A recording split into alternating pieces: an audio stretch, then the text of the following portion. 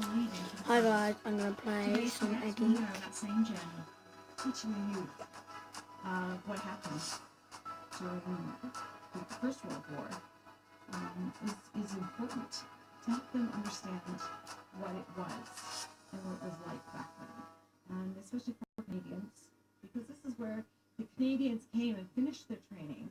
Their great-grandfathers would have been here on this camp, on this base. And so they're just learning that now. The Shorncliffe Trust commemorate the centenary who arrived and trained in the area, but were making their way to France. Hundreds never saw their homeland. Fudge! You're so evil, you're fat and evil. It's where they fought the battles, it's there where they died, it's where they met their fate and their destiny.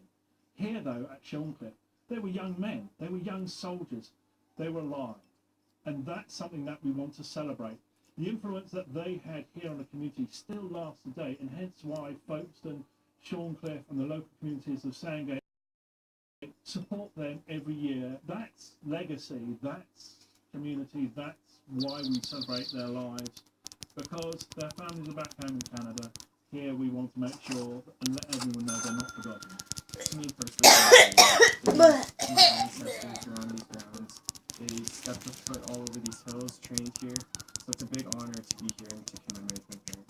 I found out that my grandmother's dad was here, so we've just come to learn as much as we can about Vimy and the whole First World War. It means a lot because my father, First World War, he fought at Ypres, and I wear his medals with pride. Those are his medals. Now, the 15 Canadian Cadet Corps will travel to Vimy, where memorials will take place this weekend. Jennifer Dicchio, ITV News, Shorncliffe. You're watching ITV News here in the Meridian region. Coming up, we'll meet Sol, the little boy with an artificial hand thanks to a 3D printer, and a dad on a mission. And cool running, a warm weather warning for the 12,000 runners taking part in this weekend's Brighton Marathon. Well, for more on all of our stories, head to itv.com/Meridian. Any views or news, then call us on 0808 1010 095 or get in touch via Facebook or send us a tweet at ITV Meridian.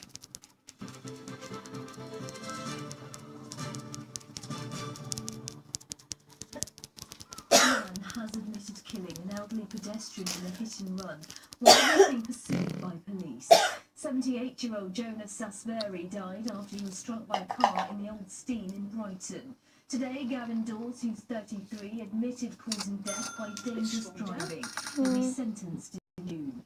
The Independent Police Complaints Commission is investigating the incident. Kent police have issued an artist's impression of a man whose body was found near Canterbury in February.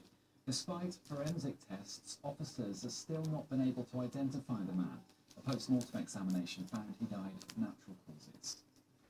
More than 9,000 patients in Brighton have had to find new GP surgeries as record numbers of practices close. The city has seen 7 shut in 2 years. Ben Ryan describes himself as a dad on a mission. His son, Sol, has a prosthetic hand from the NHS, but Ben's invented a new version to help Sol grow that can simply be created from a 3D printer. And now he's hoping his invention can help his boy and thousands of other young children right across the world. Rob Shelley's been to meet them both. Ben Ryan never set out to become an inventor, but that old saying about necessity and invention happened anyway. The necessity in question is 2 this month. He's called Sol, and most of the time his mood matches his name.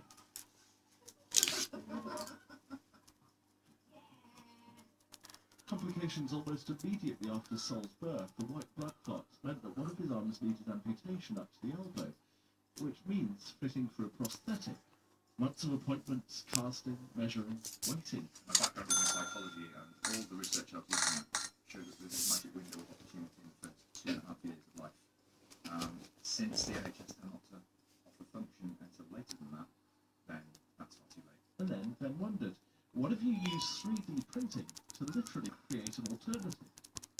I'm not sure how it works. This is how it works. It goes on, And the thumb moves. Nicely displayed. This time last year, I knew absolutely nothing about 3D printing. I like you, probably thought that all 3D printing is rigid plastics. I had no idea that you can produce supple, bendy polymers.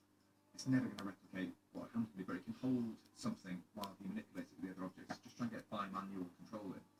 Like I say, it really is just to develop that link between the brain and the thumb that there is movement there. The hand and arm come in sections, so as Sol grows, the part that fits onto him can simply be changed and printed out. You only have to spend 5 minutes in Sol's company to see how he's reaching out to things, learning to hold as well as to talk. Next step, the biggest one. Cost under £150,000.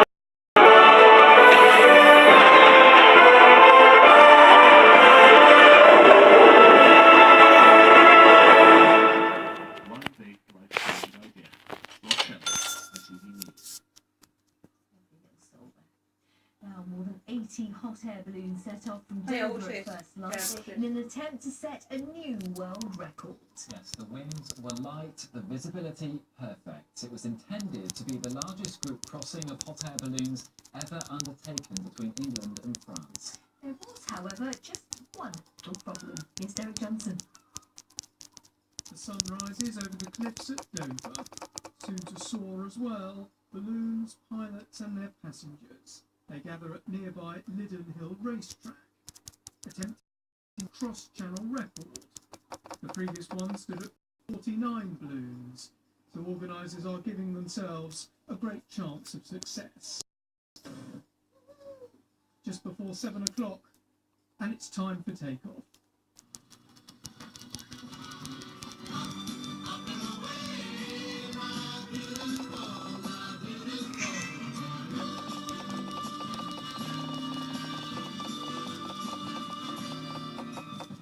This time, balloons have been standing by for several days, waiting for the calm and sunny weather, and the breeze that will blow them to France.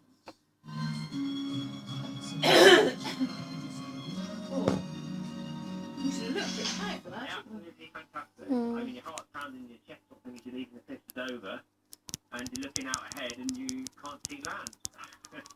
It took us just under 3 hours, it did. Quite a slow flight. Lots of variable winds, so at each height you're flying at, there is a different wind. Then what if they hit each The other? fleet began to arrive in France shortly before 10:30, again attracting large crowds. More than 80 balloons landed, an unofficial world record, though the team at Guinness World Records said organisers had failed to submit an official application in advance. But it said it will check its plans and records in a bid to verify the achievement.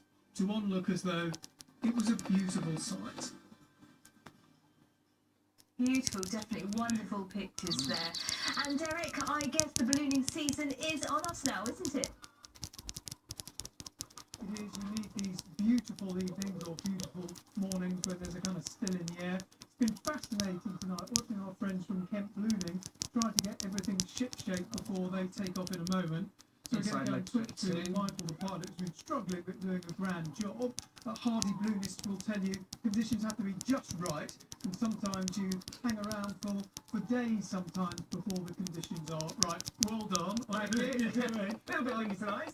Why is it so fabulous ballooning? Because gosh, it looks hard work. It's the joy of when you're up there, every flight's different. You can see France him? one way, you can Yeah. see London That the guy other. We're there? very lucky Yeah. here in Kent. We're I used to surrounded by look after water, his that adds another dad. aspect of the flights.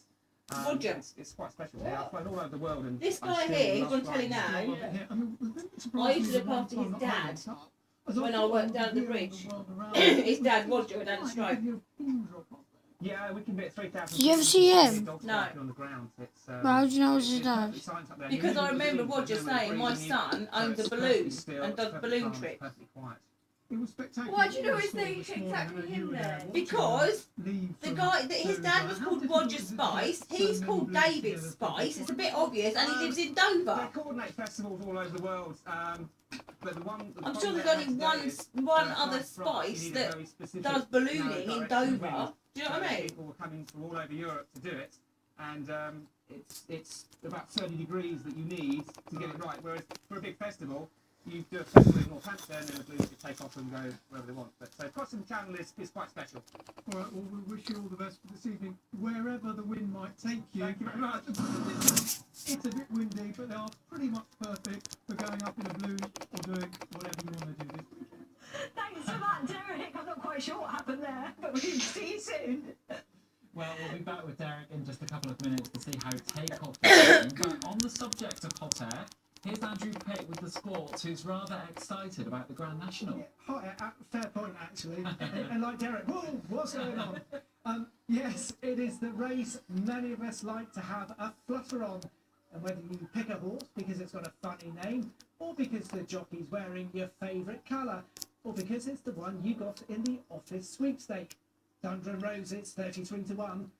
It's the race the nation watches. But as Matt Price explains, backing a winner in the National is never an easy task. I cannot believe you spent the all match on the bench. Are you ever going to get off the bench? Selco, sponsoring ITV Meridian Sports Report. As a sporting spectacle, there are few better. Crowds of thousands will be here over the weekend, you bet. All with the hope of taking home a bit more than they arrived with. Oh yeah, we will win. And if you don't win, have a drink, yeah? Oh yeah. You feeling lucky? I hope so. Wine? No, not really. I'm never really lucky out here, but I hope so. I think we'll choke.